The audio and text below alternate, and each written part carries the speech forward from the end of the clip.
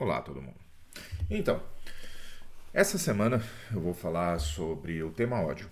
Ok? O tema dessa semana então é ódio. Vai ser 3 vídeos, pelo menos para dar um pontapé inicial. Depois, posteriormente, posso acabar tratando mais sobre isso, né?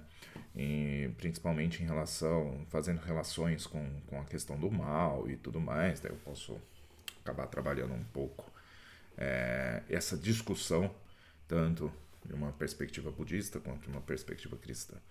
Mas, o vídeo de hoje é necessariamente religioso? Não, não.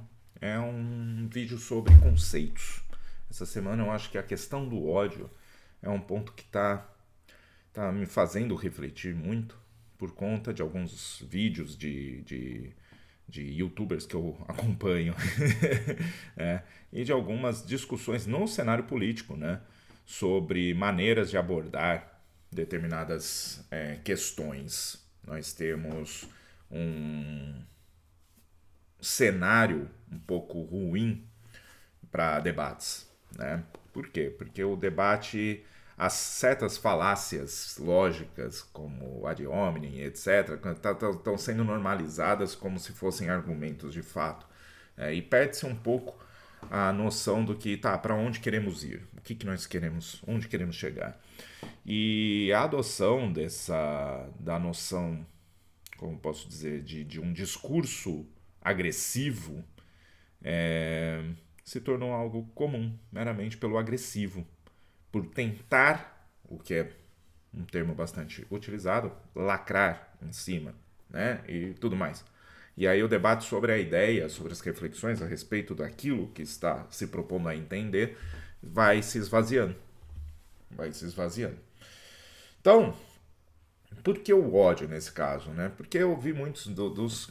E pessoas que eu gosto, né? Como, por exemplo, o Alexandre Link, eu gosto muito das falas dele, do quadrinho Na Sarjeta, porque ele é alguém que, por eu ser professor de artes, eu gosto de escutar pessoas que estudam algumas vertentes da linguagem artística, o que, para mim, inclui os quadrinhos e, portanto, ver as análises dele, a análise de uma pessoa que tem uma metodologia acadêmica a respeito de quadrinhos, outros que falam sobre filmes e tudo mais, eu acho muito importante, assim, muito interessante para me ajudar também a compreender determinadas discussões. Mas há falas do tipo, o ódio é algo interessante, algo bom, é algo que movimenta as pessoas. Eu acho que na realidade há uma discussão, não, uma confusão talvez, ou uma falta de aprofundamento nessa questão, né? Quando vem para umas discussões no YouTube, não estou falando na academia, estou falando para o YouTube. Qual? Um exemplo, e é aqui que eu quero tratar, nesses 3 eu vou tratar um pouco, né? 2 pontos principalmente. Um deles é raiva, ódio. São coisas diferentes, são a mesma coisa. Revolta é a mesma coisa. Temos que pensar. Tá? Dessa vez eu estou com um pequeno roteirozinho de tópicos, na verdade, nada escrito acompanhando, mas só para eu não me perder muito. E o outro aspecto é a questão emocional, né? Porque o ódio acaba sendo uma emoção, numa definição de emoção, ela não é, ele muitas vezes não é pensado ou é. E aí é que tem um lado racional, tem um lado estruturado cognitivamente no ódio. Eu acho que é uma coisa que nós precisamos pensar. Tá? São algumas reflexões que eu venho fazendo e queria dividir até. Então vamos começar básico, definindo, delimitando definições. Né? Um dos pontos que eu acho que nós podemos trabalhar é, ok, o ódio, tudo bem, o ódio tem características, vamos pensar um pouco sobre elas depois, que são bem semelhantes a outras características que tem quando, por exemplo, quando eu estou revoltado com uma situação de injustiça. Quando eu estou com raiva de uma situação específica, né, de uma situação de injustiça, de sofrimento que eu estou vendo. Há uma semelhança no ímpeto, na vontade de agir, na vontade de acabar com aquele problema. Há uma semelhança. Só que há algo que diferencia, não digo necessariamente o ódio, mas há movimentos diferentes desse mesmo ímpeto. Vamos lá. Eu posso ter um ímpeto por tentar solucionar um problema de sofrimento, de uma injustiça social e etc., entendendo a injustiça social ou o sofrimento que está sendo, que está ocorrendo, sem culpabilizar os supostos agentes da relação, os supostos sujeitos da relação. Posso. Acontece. É possível. Isso é a mesma coisa de eu querer culpabilizar o agente e achando que destruindo os supostos agentes eu resolvo o problema? Vou dar um exemplo. Exemplo de escola, tá? Porque aí eu entro no meu... Vamos supor que 2 alunos entraram numa briga. E essa briga, obviamente, causou uma situação incômoda na escola, que atrapalhou aulas, etc. Então, atrapalhou todo o funcionamento da escola. Vamos supor que esses alunos, eles, de certa maneira, já são alunos que não se enquadram nas disciplinas propostas, nas disciplinas que eu digo disciplinarmente, né, na proposta disciplinar da escola. Então vamos expulsá-lo, porque daí nós resolvemos o problema. Qual o problema? Qual problema está sendo resolvido? O problema da escola? Será? Será? Por quê? Porque a partir do momento que, e eu estou falando de escola pública, tá? A partir do momento que a escola pública ela tem que estar aberta para receber os alunos, né? Para garantir o direito da criança e do adolescente de estudar, logo nós vamos acabar recebendo outros com o mesmo perfil. E seria a solução expulsá-los novamente? Expulsá-los novamente? Né? Partindo do pressuposto que isso é possível, tá? Seria expulsá-lo? Ou haveria uma outra maneira de olhar para a mesma situação para resolver, tentar buscar resolver o problema da violência, da agressividade, e não os supostos agentes do problema. O que eu estou querendo dizer é o seguinte: quando nós trazemos para a reflexão sobre ódio, raiva e etc., nós podemos também pensar, então existe algo que me gera um ímpeto, uma vontade de resolver um problema, um sofrimento, algo, né, uma situação de sofrimento, que pode estar sendo direcionado de uma maneira a resolver o problema para beneficiar a todos, pode estar sendo direcionado para resolver o problema para eu não passar mais por aquela situação, é viável também, tá? E pode ser que esteja relacionado a eu acho que o problema é fulano e eu preciso destruir fulano para que fulano não exista mais. Fulano aqui é o sujeito envolvido, né? Ou o suposto agente da ação envolvido, suposto, tá? Não vamos entrar em detalhes sobre se existe ou não agente, papapá.